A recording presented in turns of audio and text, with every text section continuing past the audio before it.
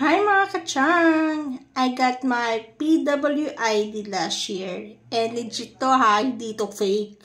Bali, my disability is psychosocial disability kasi na-diagnose ako ng depression, anxiety, PTSD last 2022 and until now, nagme-meds pa rin ako.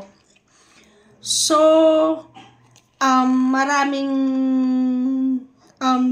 PWD na katulad ko na nadi-discriminate dahil sa gantong disability. Kala kasi ng iba, pupunta ka lang sa psychiatrist, magpapa-check up, mag-i-inarte, then makakakuha ka na ng PWD ID. No po, hindi po siya ganon. At isa pa, hindi siya agad-agad binibigay ng psychiatrist kasi meron pa siyang assessment na nagkakahalaga lang naman ng 5,000 to 10,000. Assessment pa lang yun ha, wala pa po yung check-up ng psychiatrist o yung bayad sa doktor na nagkakahalaga ng 2,000 to 5,000 depende sa doctor's fee.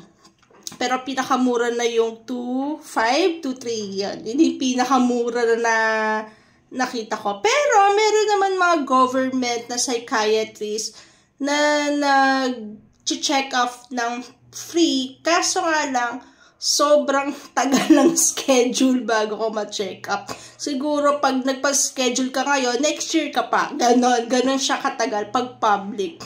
So, pag magpa-private ka naman, sobrang mahal naman ng, ng check-up, tsaka ng assessment, bago ka makakuha ng PWD ID. And then, hindi sila basta-basta nag-release or nagbibigay ng med-cert na for, for PWD ID ka na. Kasi, kailangan pa nila na ma-assess kang maigi para makakuha nito. Like me, 2022 pa ako na-diagnose. Pero last year lang ako nakakuha. Last, mga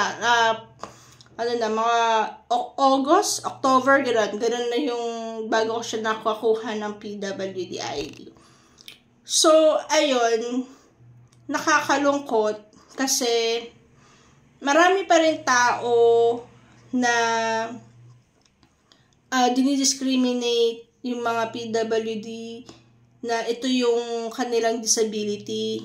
Kung alam nyo lang kung gaano kamahal po yung mga meds and then kung magkano yung check-up, kung gaano kamahal, tapos yung assessment, mga laboratories, actually naman laboratories. Pero kasi ako, meron pa kasi ako other sakit, kaya meron ako mga laboratories since I have thyroid problem. So, ayun, laking tulong talaga sa akin ng PWD ID kasi malaki yung discount, hindi lang dahil sa napapriority ako. So, ang laking discount sa meds, lalo na sa mga pag na-hospital ako, katulad last year, I got, total thyroidectomy ako. So, nabawa sa PWD ID ko is almost 35K. So, ang laking tulong talaga ng ID na to. Sana, maintindihan din ng ibang tao na hindi lang physical yung PWD na nakikita mo dahil pilay, dahil bulag, ganyan. Kasi meron din talaga mga PWD na mukhang normal like me, na hindi naman kita, lalo na kung katulad yung itong hiwa ko, di ba? Hindi naman siya ganun visible. So, paano naman yung mga may cancer, yung mga katulad ganito, or yung mga may ADHD, na PWD talaga. Pero, ayun nga, dinidiscriminate ng ibang tao.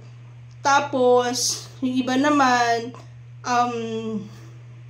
gumagawa ng fake IDs para lang makakuha ng discount. Mahiya naman kayo guys. Gagawa kayo ng fake IDs para lang sa discount. Para lang sa 20% na discount. Diyos ko, gagawa kayo. So, kawawa naman yung totoong merong ID talaga or legit yung ID talaga. Kasi katulad nung last time na merong establishment na pinuntahan ko, dinigay ko yung ID ko. So, hindi nila ginrun. Kasi, siguro, tingin nila, okay naman ako, wala naman akong ano, at tingin nila, fake yung ID, hinahanapan nila ako ng booklet.